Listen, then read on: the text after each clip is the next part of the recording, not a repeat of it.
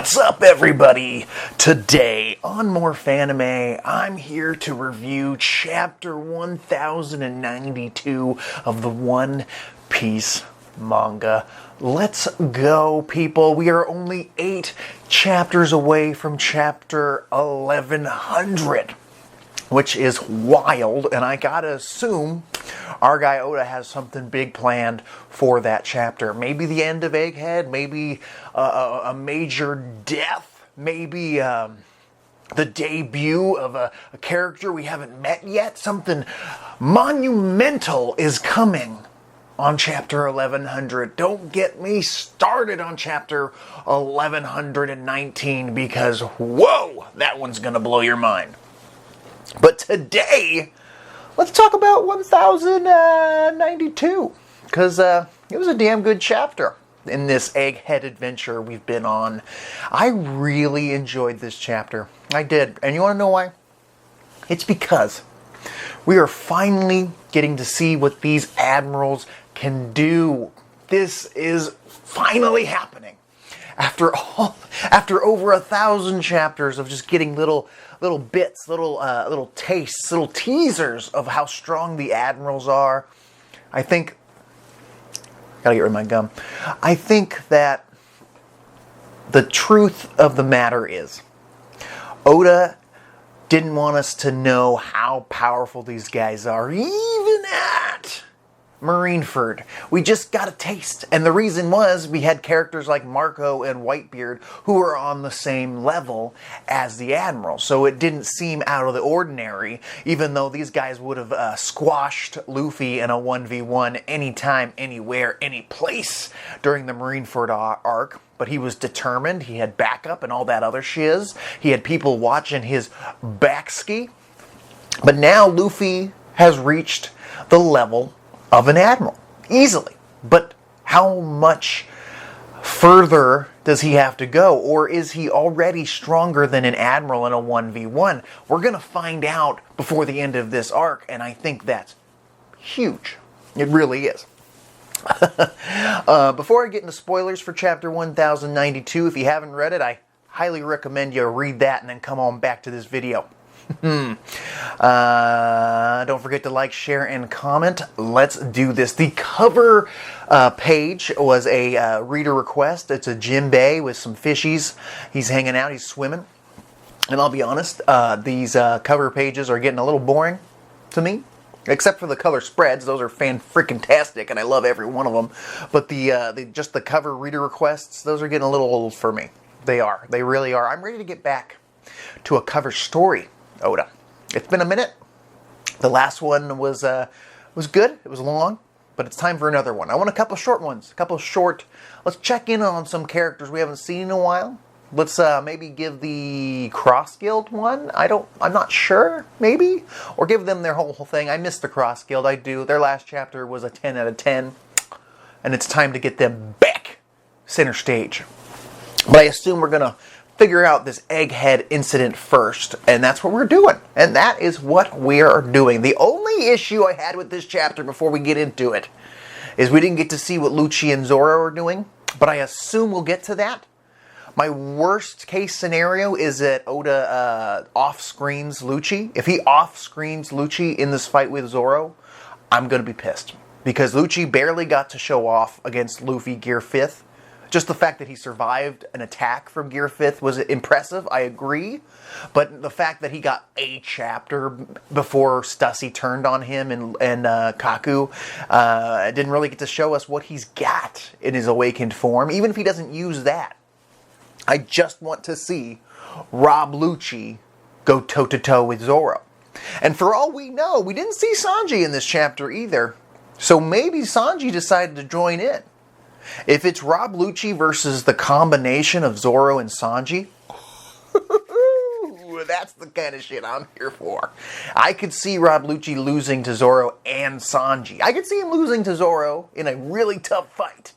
But in a duo battle against a powerful CP0 agent like Lucci, a former main antagonist, the guy who took on our main protagonist back in Enies Lobby, one of the greatest arcs in the entire story, Him going against the duo, the wings of the pirate?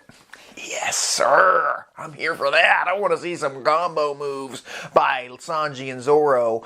And, yeah, that would be fun. And I hope that's the direction Oda's taking this. And I hope we get a full chapter or two for their battle and not just a panel or two. Or I'm just worried that we're just going to cut back to Zoro standing over Lucci's body going, yeah, guess you shouldn't have underestimated these guys. Don't want that. No. Lucci deserves more. This guy's a badass. He looks badass. He deserves a better way out. If he's gonna lose, it better be a 2v1 is what I'm asking for. Come on, Oda. Give it to us. Okay. Chapter 1092 kicks off. Not at Egghead. At Marijoa. Yes, the land of the gods. The land of the celestial dragons. And there's some destruction happening here because Kuma's using an Ursha shock to get some of these guards that work for the celestial dragons off of him. Because he's trying to get past. He just made it to the tippity top. He climbed to the top of the red line. And my first assumption was, oh, he's on his way to cause some havoc against the celestial dragons or the five elders. No, it doesn't seem like his desired location is even the top of the red line. So he shows up and he's like, I gotta get out of here, Ursha Shock. But guess who shows up to stop him? That's right. Fucking Akainu. Yes, Akainu. The man, the myth, the legend, the fleet admiral, the leader of the Marines, essentially, unless you count that one dude that's above him that we never see do anything else. Kong? Who needs that guy? That guy's barely been in the show. I really hope that Kong got murdered off screen and we just focus on Akainu because this guy's had such a little screen time since his debut-ish at Marineford, and he's the tippity top of the admirals. And this guy deserves a major win before he goes down, I think.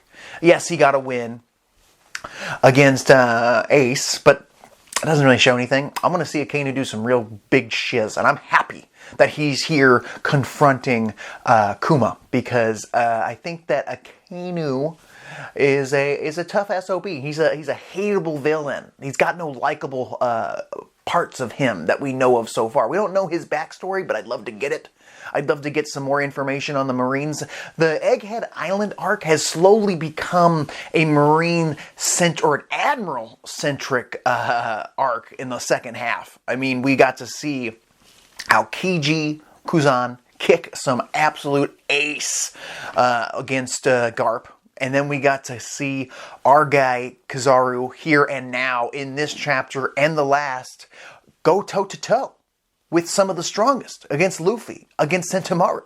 And this is great because now Akainu is confronting Kuma the Tyrant. Yeah, let's go. And he's confronting Kuma saying, you're a mindless drone. Why are you even here? We've had the revolutionaries, and now you're here. They saved you and you came back? What's going on? You can't be controlled. We can't have this going on. No. I must eliminate you. And he uses the same attack that he used against Whitebeard and melts the other half of Kuma, well, the only half of Kuma's face, the other half than Whitebeard's. And so half of his face is melted. He's bleeding. Even, he's like, you're bleeding blood, just like a real person still, huh, Robot Man? Oh, yeah. And Kuma's running away, doesn't want anything to do with Akainu. And Akainu, I would have liked it if these two fought for a minute. Like, if they gripped hands like two pro wrestlers and were just, like, using power, you know, the will of strength to see who's the test of strength, and they were going at it for a second, and then Kuma did the little slip. But that's not what happens. Kuma's running towards something. Something activated in Kuma, and I saw Tekking 101 say that he thinks that it's something to do with Bonnie, and I agree. I think Bonnie was in trouble. She's been in trouble for the last arc. First sucked into a vortex, giant shark robot, and then later she got to see Kuma's pain, got to experience Kuma's memories, which is painful, and maybe that's what activated Kuma to go, I must save my daughter, and maybe that's what's going on, something that Vegapunk programmed into him. If Bonnie's in danger, if her heart rate reaches a certain point or something, something's gonna click, and he's like, must save daughter before I can't move. And he loses half his face, and it looks like at the end of the fight with Akainu, he loses one of his legs. So he blips himself with his pawpaw fruit further. And I saw Tekken 101 say that he thinks that Kuma's on his way to Egghead Island, and I gotta agree, because where else, please comment down below, let me know, where else could Kuma be going that can really affect the story right here, right now? My theory is Kuma's going to show up, save the fucking day, the crew gets away. That's my theory. We'll see what happens. So maybe he's going to do a crazy Majin Vegeta moment where he goes, I love you, Bonnie, but I must go. And he grabs fucking Kizaru and self-destructs like in One Piece Film Z, the Dynastones. Maybe he's got a Dynastone inside of him, and all he has to do is introduce oxygen to it, and friggin' nuclear bomb goes off. The crew escapes, Marines escape, except for Kizaru, and that's the end of Kizaru. That's an incident. That's what's happening. That's my theory. Kuma has a Dynastone within his gut. Somewhere protected. And when the right moments happens, all he has to do is like put his arm into his chest and pull it out. And then it goes bleep, bleep, bleep, bleep, bleep, bleep, bleep, bleep. And maybe Oda was teasing it at Film Z because, Kizaru, he was there for the first explosion. He was there and he barely escaped. And maybe this time he won't because he's going to have an armament hockey fucking chokehold on our boy Kizaru, and this is the end. This is the end for that guy. That'd be crazy, wouldn't it? So Akainu sees Kuma blip out, and he's like, where are you going, you mindless fuck? And you see all these dumbass celestial dragons going, I'm hurt. I wanted better food. We're running out of food, Akainu. Why did you let him get away? You call yourself a fleet admiral.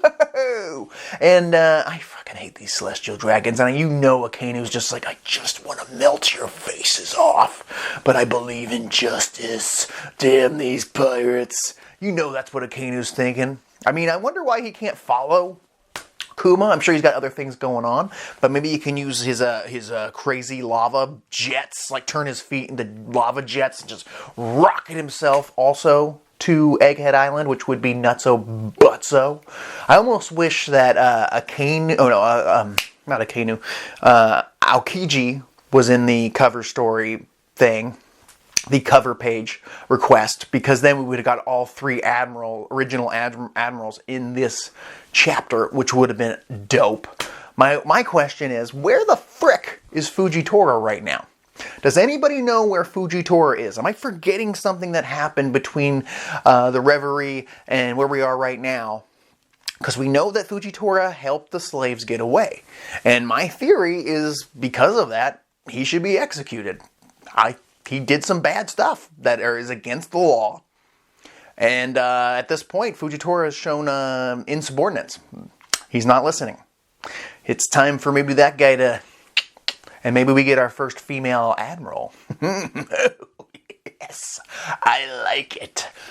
We cut back to Egghead Island. We see Kizaru and Snake Man Luffy going at it. So my guess is he's gauging. He's gauging where Kizaru's at. Because the last time they fought, he was he was an ant.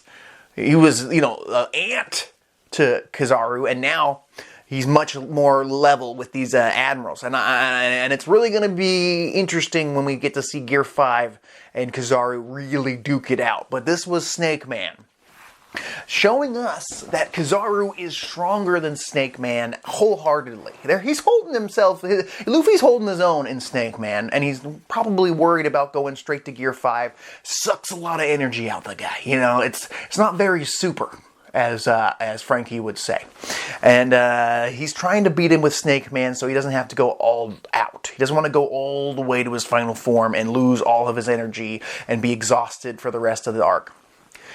So he's using Snake Man because it's his fastest form outside of Gear 5. And it's the only way he can keep up with the speed of Kizaru. Borsalino, oh yeah! So Kizaru's like, okay, you're good. And I see why you were able to beat the badass Kaido. Which I don't think Luffy's at the level as Kaido, really. Because Kaido was pretty beat up by the time that he fought Gear 5. So Kaido was a little stronger than we like to give him credit for. He fought a lot of motherfuckers leading up to Gear 5 Luffy. So where does Kaido really rank in a straight 1v1? We might never know. So Kizaru uses his speed of light in a blip of a second, shoots himself miles away from Egghead Island. He's way out here.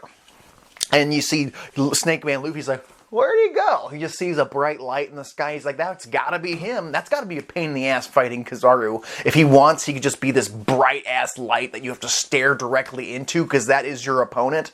You basically need sunglasses to fight this dude.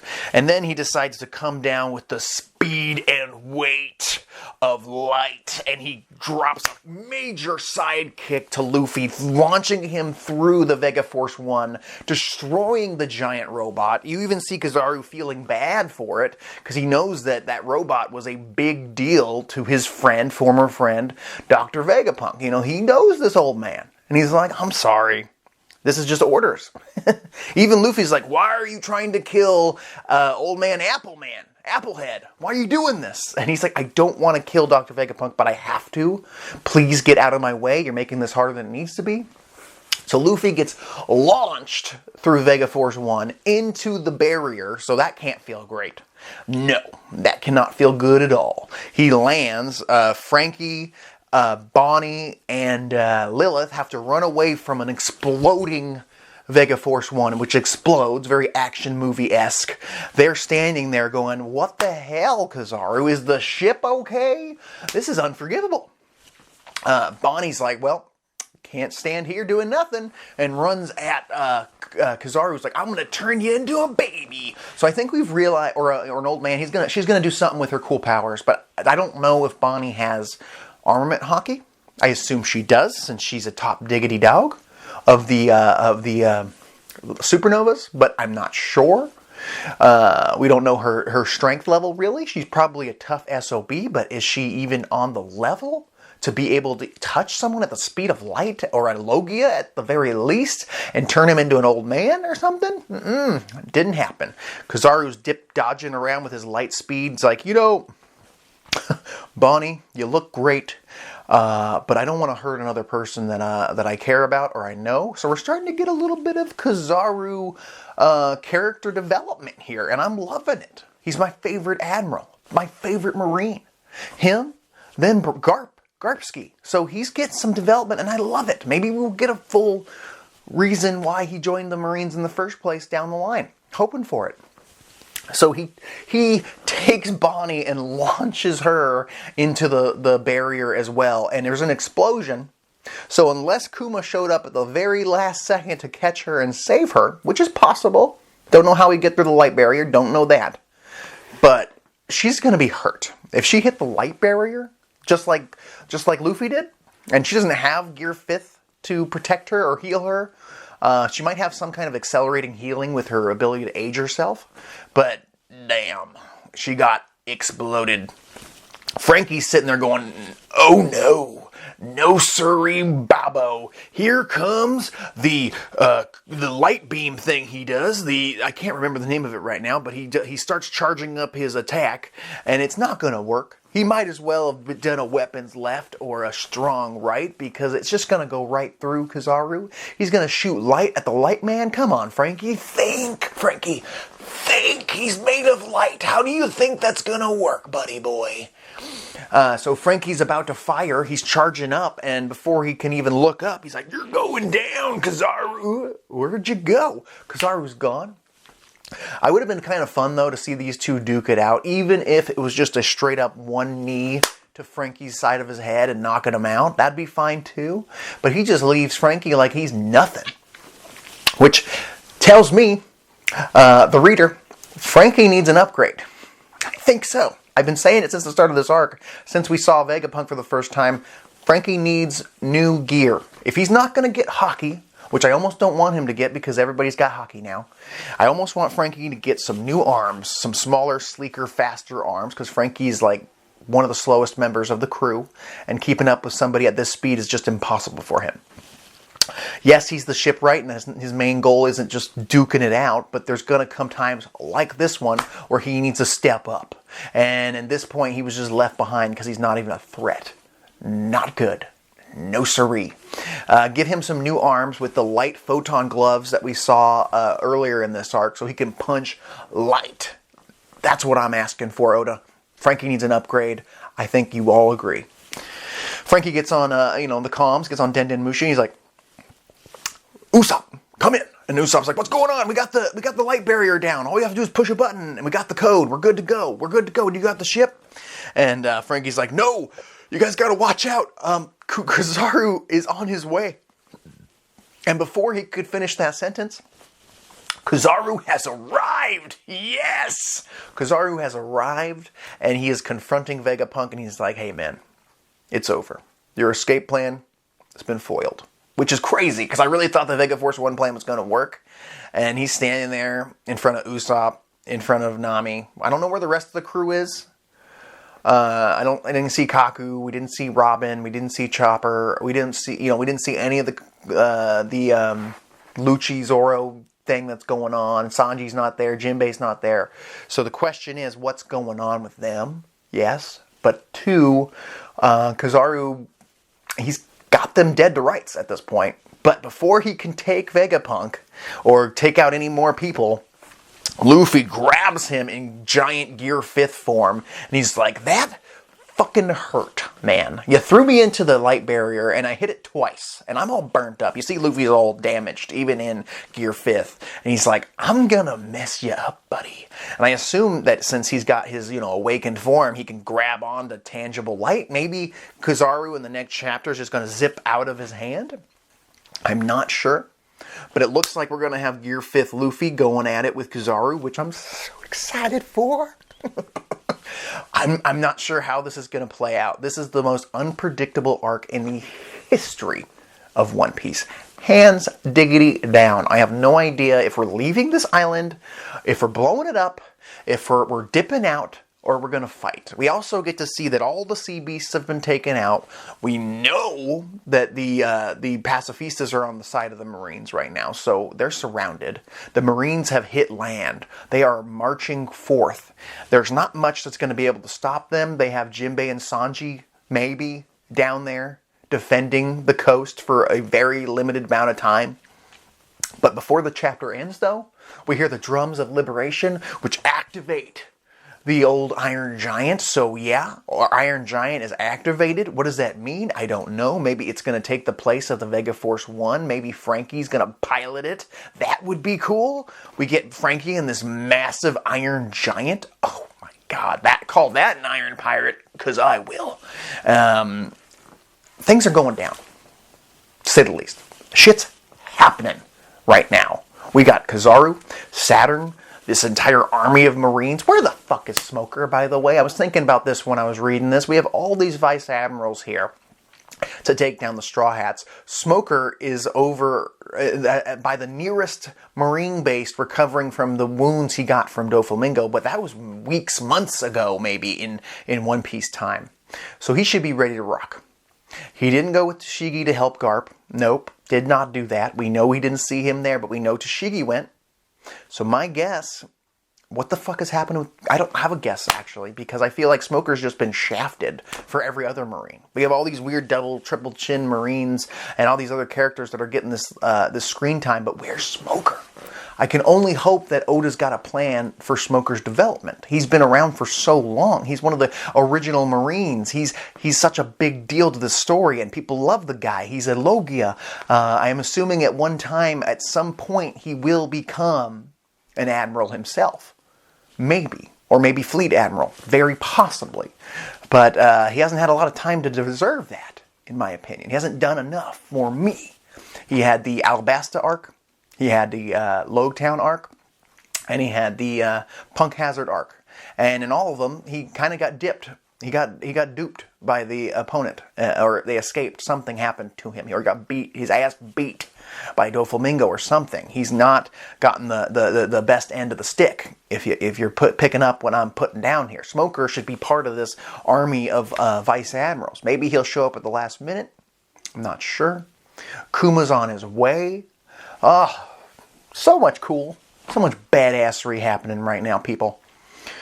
What's your favorite part of this chapter? Please comment down below. Let me know your thoughts on chapter 1092. I really enjoyed it, and I'm so happy that Kizaru's getting some real time right now. I'm so happy that Oda just showed us that Kizaru can easily take on Gear 4 Snake Man, which is huge, which tells me that Kizaru is not only above Gear 4 Snake Man, but above people like King, above people like,